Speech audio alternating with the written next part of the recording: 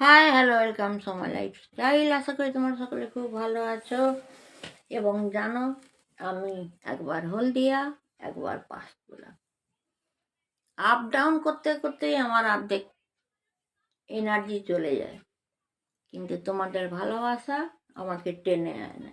তোমাদের কমেন্ট যখন দেখি বা যারা আমাকে হোয়াটসঅ্যাপে এত মিস করছো, দিদিভাই কেন আসছো না লাইফে, ভালো করেই জানো আমার একটু শরীরটা খারাপ। এখানে ফুল বডি চেক আপ করালাম, ইসিজি করালাম, হাতের এক্স-রে করালাম, সবই নর্মাল বেরিয়েছে। তো ডক্টর একটাই জিনিস বলছে, নিশ্চয়ই তুমি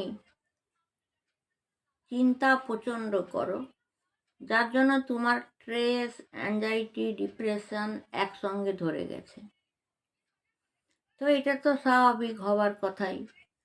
তারপরে আসছে হাজব্যান্ডের অ্যাক্সিডেন্ট, 18টা স্টিচ পড়েছে, ছেড়ে তো যেতে পারি না, কে করবে? আর তোমাদেরকে যেটাই বলি, এর আগেও বলেছি, পৃথিবীতে ভেরি মাস্ট বডি ফিটনেস। যতক্ষণ না বডি ফিটনেস ঠিক রাখবে কোনো কিছুই করতে পারবে না, তখন অন্যর ওপরে ডিপেন্ডেন্ট হয়ে যেতে হবে। কেন বললাম? হ্যাঁ, এটাই তো লেকচার আমার কাছে। এখনকার দিনে মানুষ অনেক বিট্রে করে।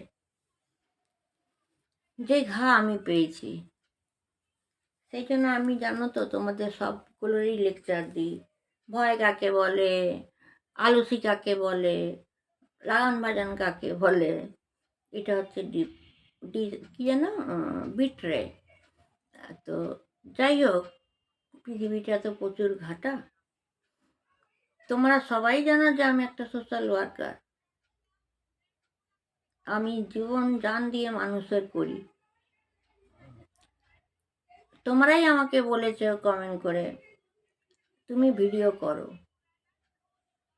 মানে যেগুলো আমি বাড়িতে গিয়ে পৌঁছাই গরিব মানুষদের। কার জামা কাপড় নেই, পৌঁছালাম। কার মেডিসিন নেই, দিয়ে এলাম। কার খাবার নেই, রেশন তুলে দিলাম।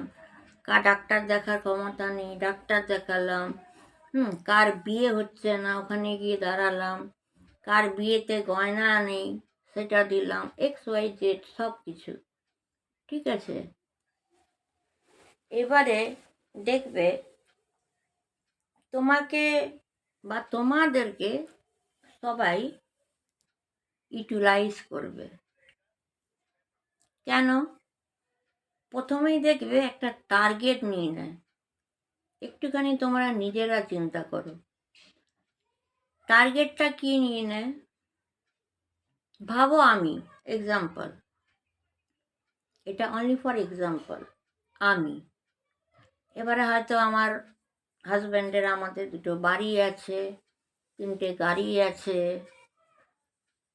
আমার হাজব্যান্ড একটা NRI, সিনিয়র সিটিজেন পেয়ে গেছে, অনেক কিছু। অবশ্যই আমার মতো যা ট্যালেন্ট তোমরা জানো, সেটা পুরনো চাল ভাতে বাড়ে। তো মানুষ দেখবে, নিজের মানুষ বা পর মানুষ সমাজে, ওরা প্রথমে আইডেন্টিফাই করবে কাকে মুরগা বানানো যায় বা মুরগি বানানো যায়। তারপরে দেখবে তারা ছুঁচ হয়ে ঢুকবে, ফাল হয়ে বেরাবে। এটা আমার চেয়ে বড় কে জানে। আর এই আঘাত আমি প্রচুর মানুষের কাছে পেয়েছি। বিট্রে করেছে, আমাকে ব্যবহার করেছে। কত জায়গায় গেছি, কে অন্ধ, জবার ঠাকুমা অন্ধ ছিল, পিতা আমাকে দিয়ে চোখ ফিরিয়ে দিলেন। একটা বুড়ো মানুষ, 4টে স্ট্রোক, ডক্টর ছেড়ে দিল কলকাতার মেডিকেল, কিন্তু ওনাকে পিতা বাঁচিয়ে রাখলো, কাজ করলাম। কার বিয়ে হচ্ছে না কালো বলে, সাকসেস। কার টাকা নেই, টাকা দিচ্ছি, ভ্যারাইটিস। আমি যা লুটিয়েছি, আজ আমার 2টো বাড়ি 2টো গাড়ি হতো, কিন্তু টাকাটাকে আমি ভেরি ইম্পর্টেন্ট মনে করি না, আর টাকাটাকে আমি ঢুকিয়েও রাখি না। থাকবো কষ্ট করে, অথচ টাকা আমার পড়ে থাকবে ব্যাংকে, ওরকম টাকা জমিয়ে লাভ নেই। দেখবে কিছু কিছু মানুষ আছে, তোমাকে তো ব্যবহার করবেই, কিন্তু সেই হয়তো দেখবে তোমার কাছে তোমাকে ইউটিলাইজ করে তোমার কাছে সব কিছুই করাবে। সে আবার হয়তো ভাবো তোমাদেরই কাঁধে বন্দুক দিয়ে অন্য কাউকে প্রচার করবে, যেহেতু তার কাজ এগিয়ে গেছে, এবারে ভাঙাতে হবে, তো গাল খাওয়াতে হবে, ভাঙাতে হবে, ঠিক সেই টাইপের। তো আমার একটা এখানে বলার কথা, আমি অনেক নিজের মানুষ অপরের মানুষ সমাজের মানুষের জন্য করেছি, প্রত্যেকেই আমাকে বিট্রে করেছে, আর বিট্রে করাটাই আমার জিত। কেন?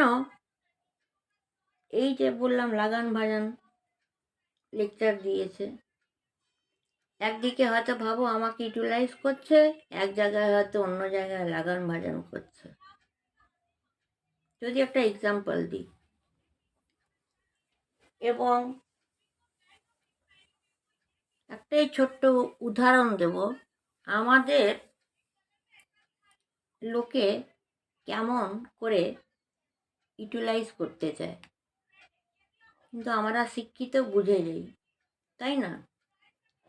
একটা আমার কাছে একজন এসেছিল, একটা ছেলে, মানে সমাজে, ওর অনেক প্রেয়ার ট্রেয়ার করলাম, সমস্যা ছিল, ঠিক আছে, তাও আমি ফ্রি ফান্ডে করে দিলাম, এবং 4 দিন ঠিক এলো, ফিট অ্যান্ড ফাইন করে দিলাম। সাডেনলি একটা কল আসে, আমাকে 500 টাকা ধার দেবে, 1000 টাকা ধার দেবে। সেই মুহূর্তে আমার কাছে ছিল না বলে, দিতে পারিনি বলে সে লিঙ্ক আউট, কাট আপ। এটা তো আছেই আছে, টাকাটা কেমন দেখো, আর কিভাবে আমাকে আর রিয়াকে মূর্খ বানায়, কিন্তু আমরা অশিক্ষিত। আমার মেয়ে রিয়ারেও কয়েকটা বান্ধবী বা বন্ধু আছে,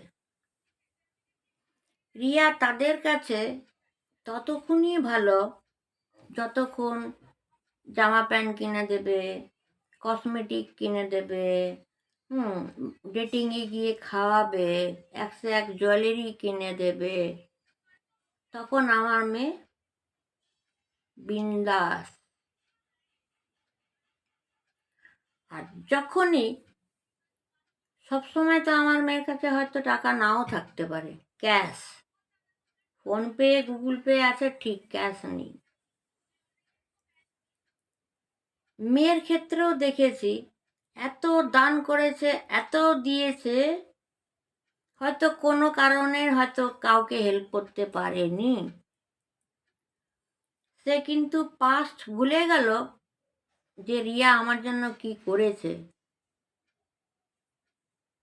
কিন্তু কি করলো, রিয়াকে কাট আপ করে দিল, পিঠে গলে দিল। ভাবো মানুষের কতটা কষ্ট। কালকে রিয়া এমনিই আমাকে কেঁদে কেঁদে মন খারাপ করে বলছিল যে মা, আমার আর তোমার জীবনটা একই, যদি আমরা টাকা দিই, জামা কাপড় দিই, ভালো খেতে দিই, তাহলে এই লিঙ্ক রাখছে সব, যেদিনকে হয়তো কোনো কারণে আমরা টাকা দিতে পারছি না, তার পরের দিন থেকে লিঙ্ক কাট আপ করে দিচ্ছে। মেয়ের ক্ষেত্রেও এটা হয়েছে, আমার ক্ষেত্রেও সেটা হয়েছে। So be careful. 11th আওয়ারে এসে আমি বলবো হাত জোর করে, রিয়াকে মুক্তি দিয়ে দাও। কেন কি আমরা জেনে গেছি তোমরা রিয়াকে ইউটিলাইজ করছো, যেহেতু আমার হাজব্যান্ড বা আমরা বড় লোক, ইউটিলাইজ করছো। কেমন তোমরা বন্ধু বা বান্ধবী কোনো একটা হেল্প চাইলে রিয়ার কাছে, সেই মুহূর্তে কথা বলতে পারলো না বলে বা হেল্প করতে পারলো না বলে বাহ ভুলে গেলে, ক্যা বাত, তালি।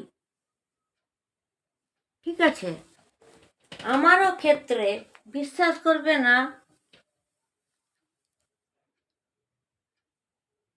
সবই করেছি প্রচুর, সব দিক থেকে অনেক মানুষকে, তারা চিনতে পারে না। বিট্রে